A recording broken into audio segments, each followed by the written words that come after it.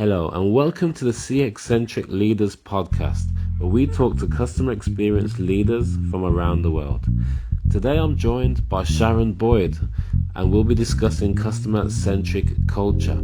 Sharon is Interim Chief Customer Experience Officer at MKL Innovation, having delivered multi-million pound programs for several large blue chip companies across retail, hospitality, IT, telecoms, and aviation. She brings a well-rounded approach.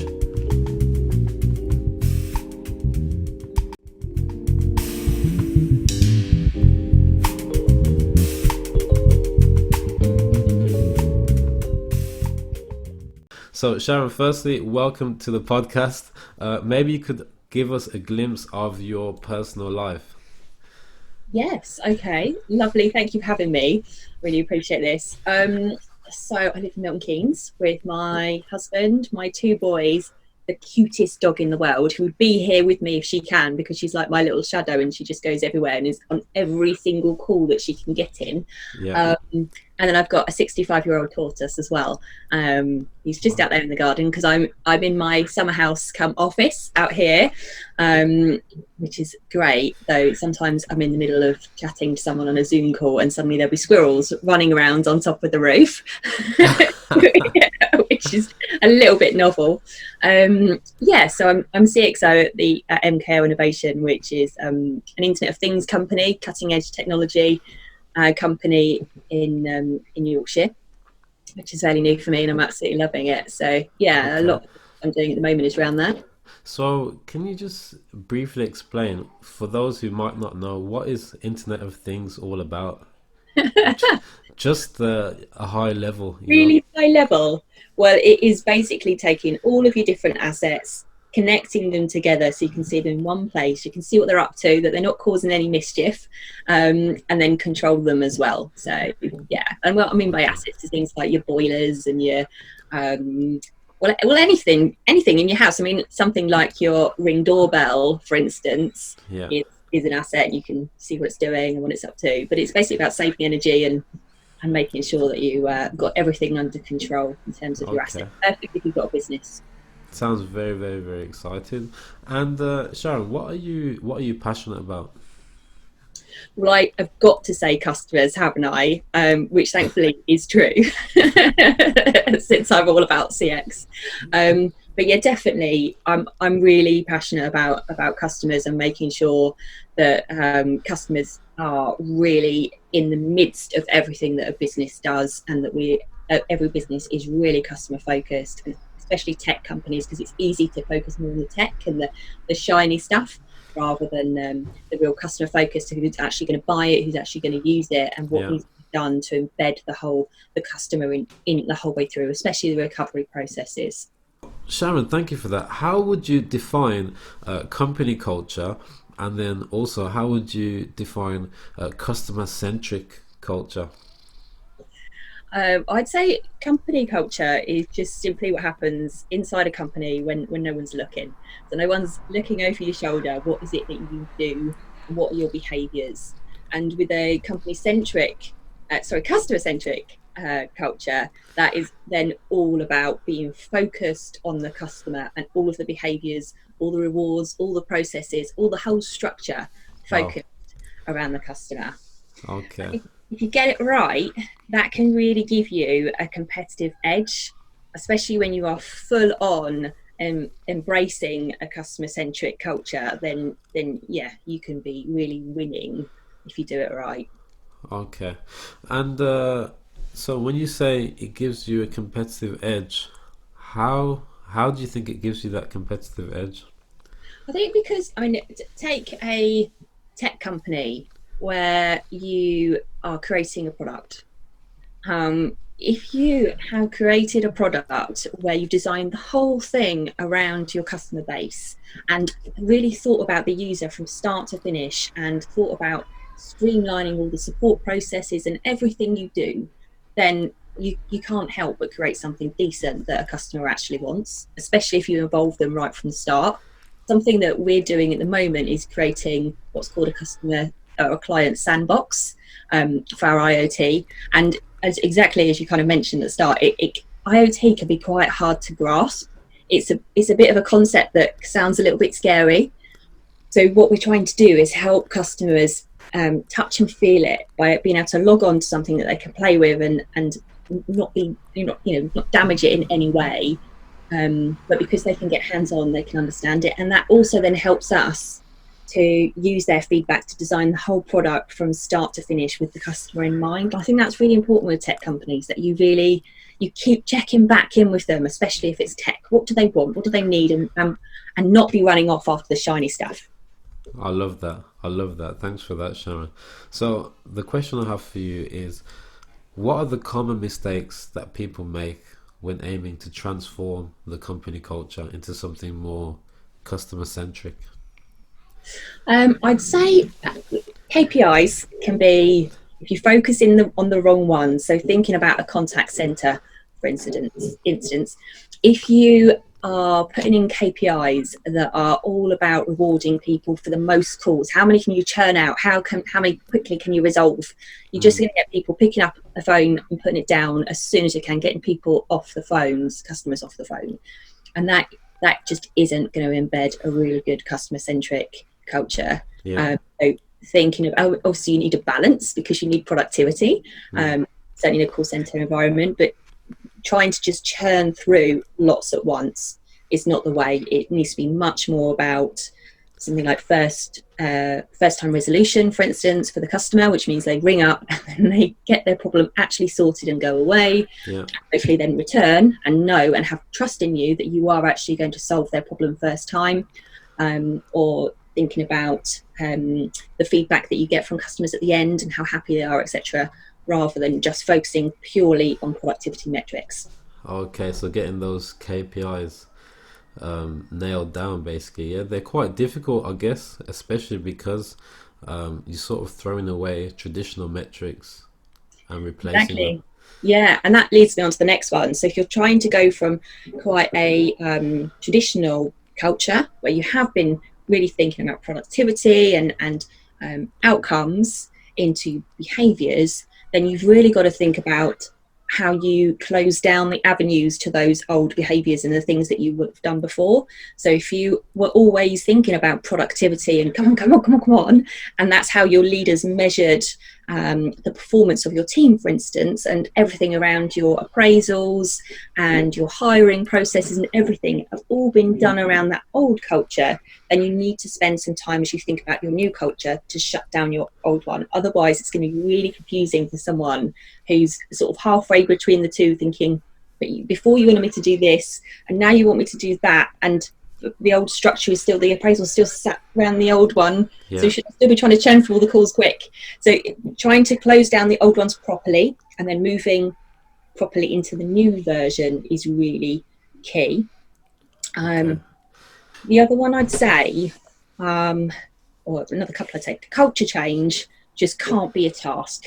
It's not, you can't pull one of us project managers in and say, go change the culture. It's down to you to change the culture. You've got 3 weeks to do it. Here's your task, go. It's a living, breathing thing. It's not tick box. And you've got to really involve everybody in it. Yes, you need someone to own it. Of course you do. And it's not just top down, it's bottom up as well. But it's not a one-off thing. Yeah. What do you think? Would you? Yeah, I agree. It definitely can't be a one-off thing because for me, culture is about changing habits, like Yeah. habits of a collective group of people, And I'll talk about this more in the book, that I've written. We Yeah. look at how long does it take on average to form a habit, and it varies greatly, but the longest time that people take is around 250 days, to form a habit, so a 3-week task it's not going to cut it. No. I was gonna ask you, the question is how does that work when does it happen that an organization will ask you, for instance, where you are now, they'll say, okay, we need a more customer centric culture. Would they just say, put that as an objective for a project or initiative, and if they would do that, for instance, like what would they put as the benefits of that? That's the question. So I guess a real world example of that, I worked on a project where we had a task force to do this at Home Retail Group, where we had three big retail names, so Argos, Homebase, Habitat, all with different cultures. And we had a set of values for each of them as well. And under the umbrella of Home Retail Group, these three organisations sat, plus group, and they had different cultures across all of them. So our task as a team was to look at all the cultures, look at the best in class cultures like Zappos, for instance, Yeah. and then look at the different values and think about how we bring us all together. We're all retail, so we've all potentially got crossover customers. So how do we come together as an umbrella and really deliver best in class, customer focused culture? And I think so. The outcomes to that were building a plan where you could then ask someone at the end of it, what does your culture feel like? Somebody who's just joined, or a customer, what do you think the culture feels like, or a supplier, and see what they would say. And if they said it was a really great customer centric culture, then you've got to win. But it was also about building a lot of activities in, as I said, kind of it's not a one-off task. There's not an end date. It is building a lot of different activities all the way through to keep embedding it, to keep focusing. So we had things like road shows where we had lots of people with different stands all about the customer. We had suppliers coming in and we had customers coming in, and just keep doing those different events so that it's really spread out, but it keeps going into the mindsets of those that are having to build stuff around the customer. I love this. I love this, Sharon. Thank you. Any more challenges? Any more challenges or common mistakes that people make that you want to point out? Yeah, I think a single hire can make or break a culture. I've definitely seen that firsthand. So when companies are thinking about hiring, we've really got to think about the culture fit and then build the hiring practice around CX. So asking CX related questions, making sure there's definitely customer empathy there. So that I think that has got to work even if the person that you're employing is not customer facing. So for example, we're hiring a developer at the moment, and we made sure that the questions we asked were also about the customer, even though she'll probably never speak to a customer. So things like making sure that they carefully think about the end user and the coding with the human factor in mind to make the product really easier to use. Wow. Which hopefully will then help with easy adoption, less service calls, and then hopefully more sales. But it is, if I'm building this code and the front end is going to look like this, where would a customer or a user naturally click next? What would they do? So kind of that hire piece right from the start to finish around really getting the customer involved, even if they're never going to be customer facing. Excellent. And how is that going? Because, for instance, you have to remember that some of the people applying for these jobs, like for instance a developer, they might be used to going to an interview and just saying, okay, I've got this experience, I know these languages, I've done these sort of projects before. So is there a shift on the side of the applicant, the person actually applying for the job also to... Yeah, exactly. I think it's really helping them put themselves in their customer's shoes. And sometimes when you're asking the questions, when you're interviewing someone who's quite technical, you can hear them, oh yes, we use Python or we use this, and it's kind of going, okay, great. But when have you spoken to somebody where you've had to resolve conflict, or where have you had to really put yourself in a customer's shoes, and what was the outcome? It's really trying to build that human factor into the interview. And we can, as we onboard people into our team, we're going to be taking them through the different behaviours that we've got set up, that should go right from the engineers to the MD to kind of go, right, okay, this is how we treat a customer, whether or not we're in the office or whether we're out in the van, to try and make sure that we're all treating customers the same way. And that's one of the first things we're going to do when we onboard, certainly our developer, which is in a couple of weeks. Exciting I time. love this. Yeah, exciting. Sharon, I love this. I love this. Were there any more mistakes or challenges that you wanted to mention? Um, I think there's also micro pockets of culture across an organisation.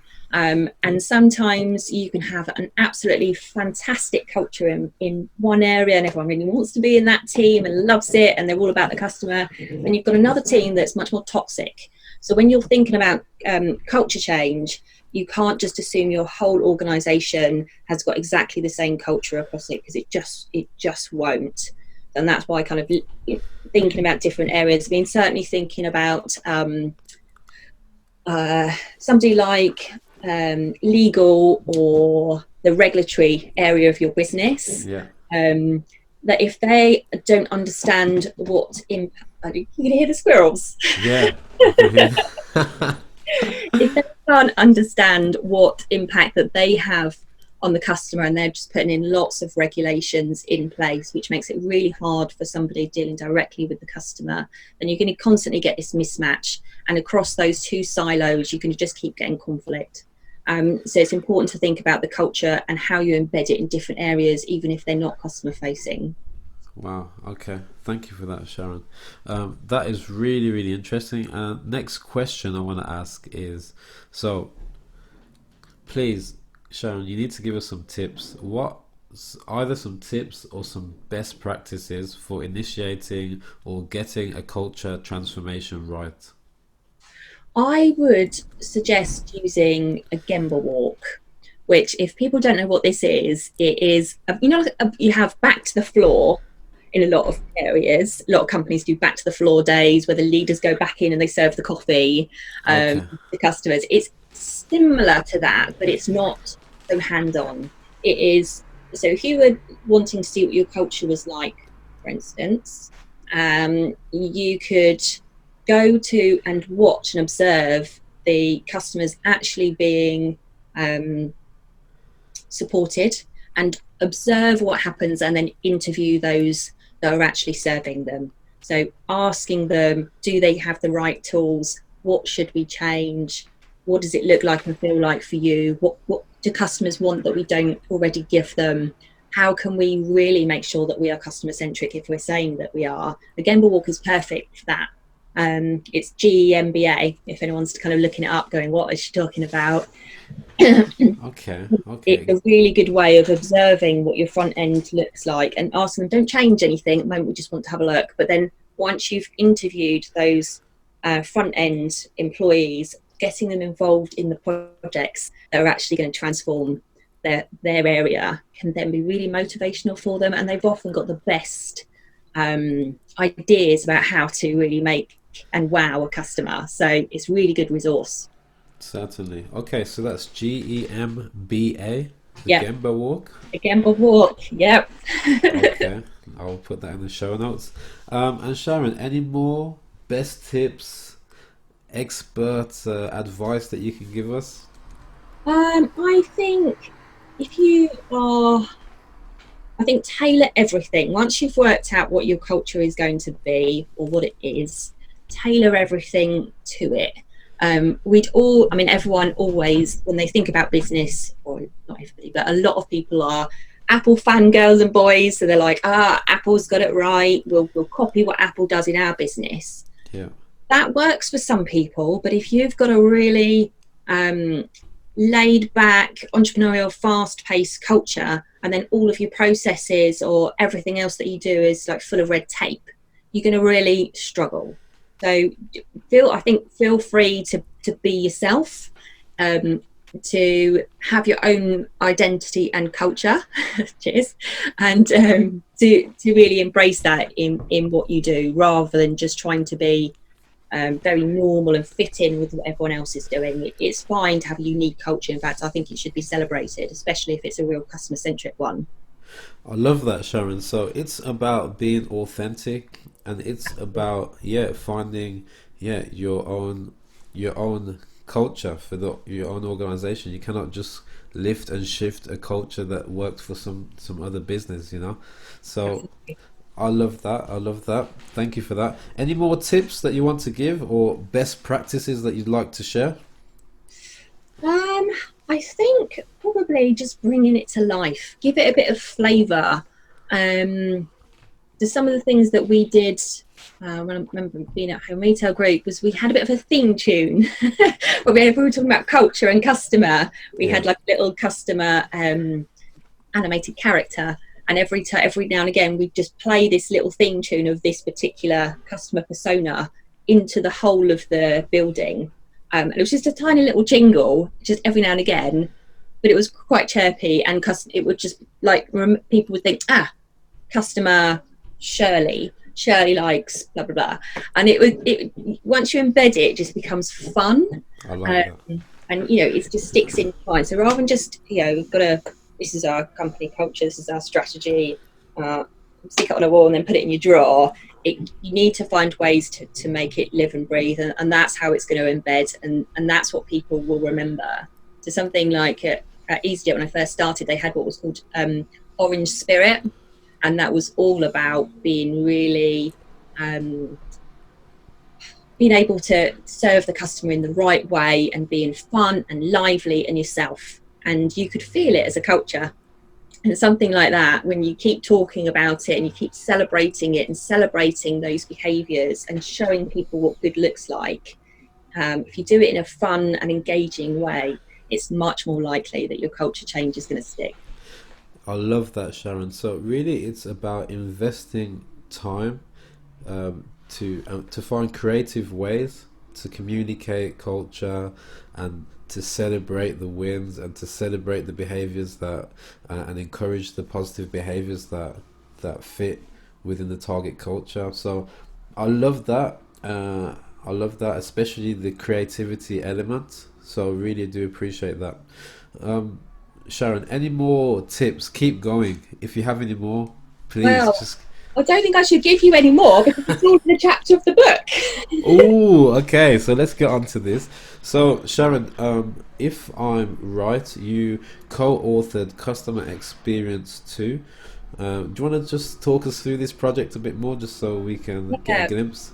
Yes, it's a really exciting project. So there's 24 of us, Yeah. uh, all in the world of customer experience, and it the chapters cover off the 6 pillars at the moment of the CXPA, and they're all kind of strategy or culture or data metrics, but some really interesting stuff about the fundamentals of CX.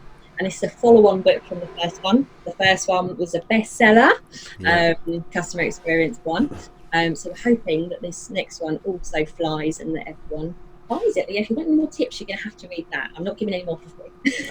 Okay, so I will put a link to this in the show notes. But what did you write about in your chapter then? So I wrote about launching an out of this world customer strategy. And I call it out of this world because I'm talking about spacey stuff in it. Kind of linked it to the launch of the recent launch of the NASA and SpaceX Wow. spaceship. So yeah, really excited to read that, Sharon. It sounds interesting, sounds exciting. And I guess that's on Amazon, and we can share the link to that in the show notes. So what else? Because I saw that you are leading some webinars around customer experience, but specifically for Internet of Things. Do you want to talk a bit more about that also? Right, yeah. So we've got our webinar coming up on the 22nd of July, and that is IoT through the lens of a customer and the human factor of IoT. So it Wow. should be a good one. You can get onto it through Eventbrite. But yeah, 22nd of July is the big day. Okay, sounds good. And also, just in case um, users don't or the listeners cannot reach it at that time, is it going to be recorded also? Yes, yeah, we've got a YouTube channel, MKL Innovation. So go on and subscribe, and it will go Okay. out on there. MKL Innovation. That's it. Okay. Okay. And I guess the MK is Milton Keynes, and the L, what does that stand for? Do you know? It's not actually, no, because the founders are up in Yorkshire. Okay. Yeah, so it's nothing to do with MK. It's just a Okay. snazzy name that they've picked. Okay. Nice name. I like it. I like it. And yeah, Sharon, I'll be honest, it's been really lovely to speak to you, but I want to know before you leave, is there anything else? What else are you working on? We want to know. what can we expect to see in the next few months from you? Because I see that you're pushing a lot in the CX space, really leading some great initiatives. So yeah, just tell us more. What can we expect in the next few months? Well, I've been working on the CX World Games, Ooh, which have just been amazing. yeah, I know we've got a bit of a celebration for that in a couple of weeks. So yeah. fingers crossed that the Rockstar team have won. I know you're on it as well, Jonathan. So best of luck to you as well. But I hope we do actually win one. It'd be nice if we won. Okay. How did you find the CX games then? Like, how was it for you? We really enjoyed it. Yeah, it was a slight slow start for us. There was basically just me and James Dodkins to start with, going, come on, people, join us in our team. But by the end, I think we really built a really great team around us. We're on WhatsApp all the time. Yeah, so it's been lovely collaborating with global CX professionals and really knowing that we are doing the greater good for those companies and actually giving some value back. So Yeah.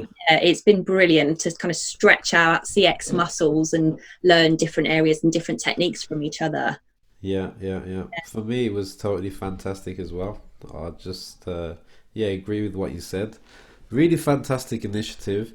And if anyone doesn't know about it, just check out Lime Trippy. That's the company who hosted this.